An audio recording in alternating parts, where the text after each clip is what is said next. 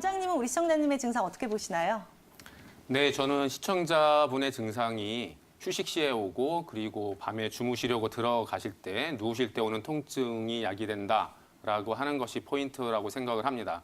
그래서 저는 하지불안 증후군을 말씀드리고 싶습니다. 하지불안 증후군은 우리가 누우면 다리가 왠지 무엇인가 벌레가 기어가는 느낌부터 바늘로 찌르는 통증 그리고 저린 느낌까지 올 수가 있습니다. 근데 요즘같이 날씨가 너무 덥잖아요. 그러면 수분 손실이 생기거든요. 수분 손실이 생기면 혈액순환에 더욱더 문제가 생기고요.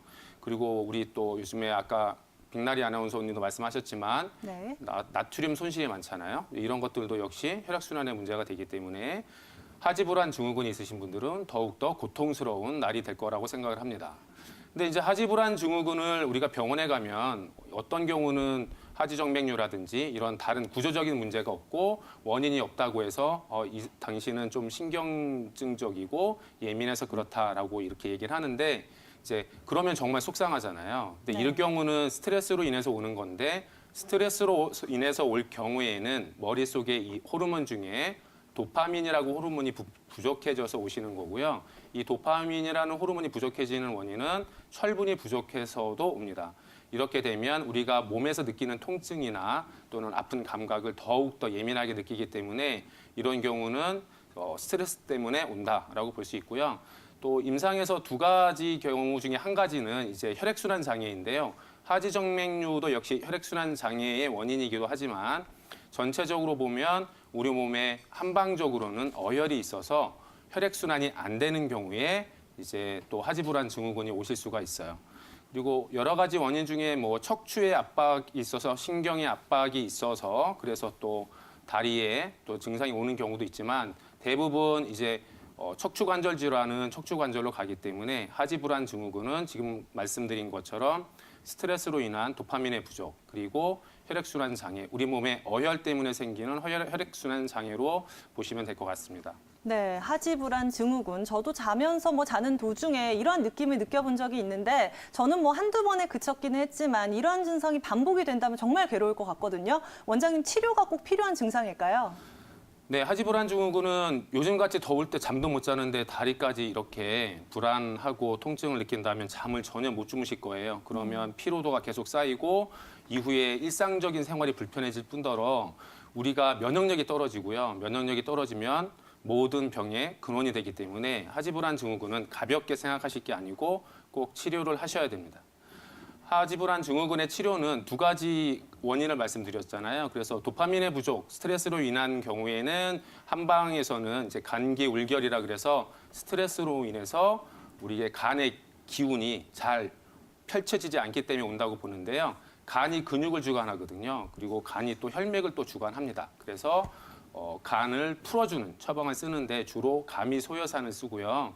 어혈인 경우, 혈액순환 장애가 생긴 어혈인 경우 또는 하지정맥류인 경우에는 사물탕에다가 도인이나 홍화같이 어혈을 돌려주는 그런 약재를 가미해서 우리 한의사 선생님들이 처방을 해주고 있습니다.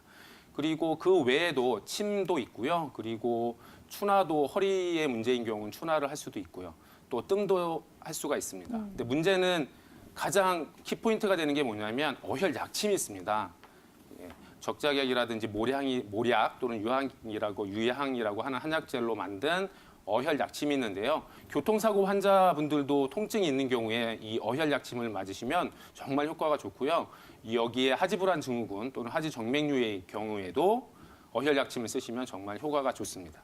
네, 하지불안 증후군 가벼이 여겼다가는 더 큰 증상, 악화되는 길로 빠질 수 있기 때문에 적극적인 한방 치료 필요할 것 같은데요. 그렇다면 원장님, 앞서서 원인을 이야기해 주셨을 때 도파민 부족, 스트레스가 큰 비중을 차지한다라고 설명을 해주셨잖아요. 생활 관리를 해본다면 아마 스트레스를 좀 관리하는 게 필수겠죠? 네, 근데 스트레스 사실 잘 관리하기 어렵잖아요. 안 받을 수 없어요. 그렇죠. 네. 요즘같이 더울 때는 가만히 있어도 화가 치밀어 오르는데 그래서 이제 술을 드시는 분이 계신데요. 술은 또 오히려 하지불안 증후군에 좋지 않습니다. 술은 수분을 빠지게 하기 때문에 하지불안 증후군에 더욱더 안 좋으니까 술로서 스트레스를 푸시는 건 안 좋고요. 어제 저희 병원에 진찰을 오신 한 젊은 남자분이 계셨는데 자기는 술만 먹으면 왼쪽 팔다리가 저린다는 거예요. 잠을 자고 나면 너무 저린다는 겁니다. 다른 데는 이상이 없는데. 이 경우도 마찬가지로 음주로 인해서 수분 손실이 생기고 혈액순환 문제가 생긴 거거든요. 어쨌든 알코올로 인한 자율신경이 문제가 생긴 겁니다. 결국 이렇게 스트레스를 푸는 방법은 뭐 가장 좋은 건 사실 이렇게 덥지 않다면 체온을 약간 올려주는 방법이 가장 좋은데요. 조금 더 시원해졌을 때는 걷는 운동 그리고 가벼운 조깅을 통해서 체온을 살짝 올려서 근육을 이완시킬 정도의 운동으로 땀을 살짝 내주시면 스트레스에 도움이 많이 되십니다. 그리고 각자 자기가 스트레스 풀 수 있는 방법을 찾아보시는 게 좋고요. 그리고 하지정맥류의 설명을 하실 때 정선영 원장님이 설명을 드린 것처럼 뭐 종아리를 스트레칭 해주는 방법도 하지불안 증후군의 관리 중에 하나가 될 것 같고요. 족욕도 도움이 되실 거고요. 반신욕도 좋을 것 같습니다. 그리고 그다음에 과체중인 경우에는 역시 체중 감량을 해주셔야 되고요. 커피는 지금 같은 더위에 이제 우리 아이스 커피 많이 드시잖아요. 근데 네. 하지불안 증후군이 있으면 커피 또한 수분 손실을 만들고 아까 말씀드린 음주도 수분 손실을 만들기 때문에 커피하고 음주는 조금 줄여주셨으면 좋겠습니다.